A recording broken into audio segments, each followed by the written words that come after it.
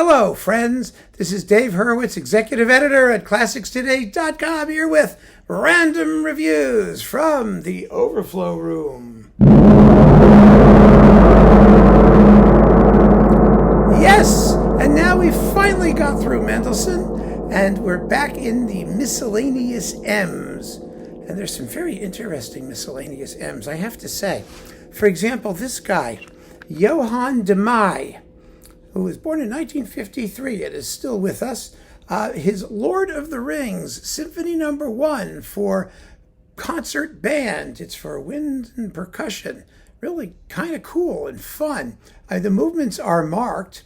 Let's see, Gandalf, Lothlorien, Gollum, Séjour dans les ténèbres, The Journey in the Dark, the Mines of Moria and the Bridge of Khazad-dûm. You remember that bit where they meet the Balrog and Gandalf gets sucked down into the abyss before they wind up in Lothlorien. This is not in the order that it happens in the novel. It's actually in the order it happens in the symphony, which makes actually much more musical sense. And last but not least, Hobbits. 10 minutes of Hobbits, happy Hobbits. Oh, it's delightful. And then we've got, let's see, Jan van der Roost, Spartacus, symphonic poem. Well, we know what that's about.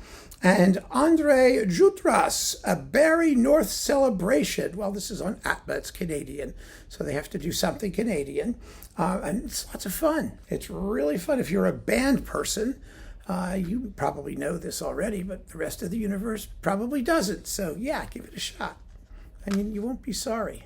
How do I do this? I do it this way. There we go. So I can put it back in order. Mehul, the composer of the opera Joseph, which is actually a good piece. His symphonies 1 and 2 with Les Musiciens du Louvre under Mark Minkowski. These are post-Mozartian classical symphonies. Basically, I mean, Mehul lived from 1763 to 1817.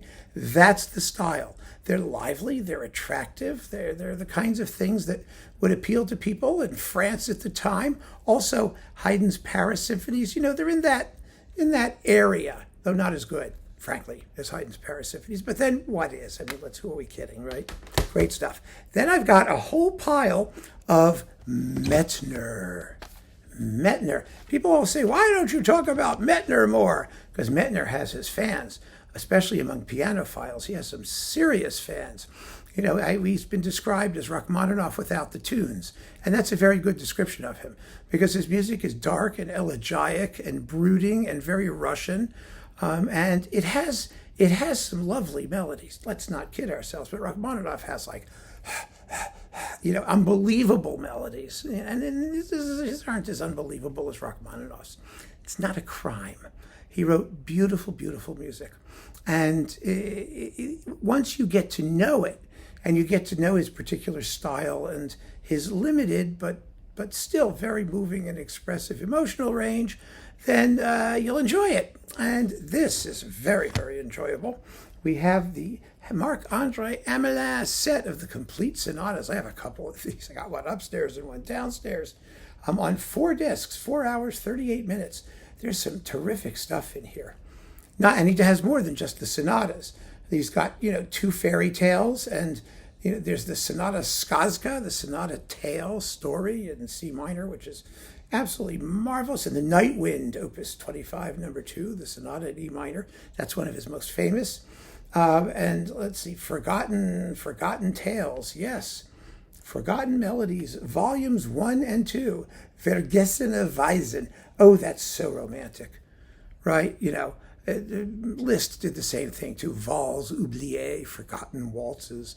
If they were forgotten, how did they write the damn things? They wouldn't be that forgotten, right? You see all this stuff forgotten.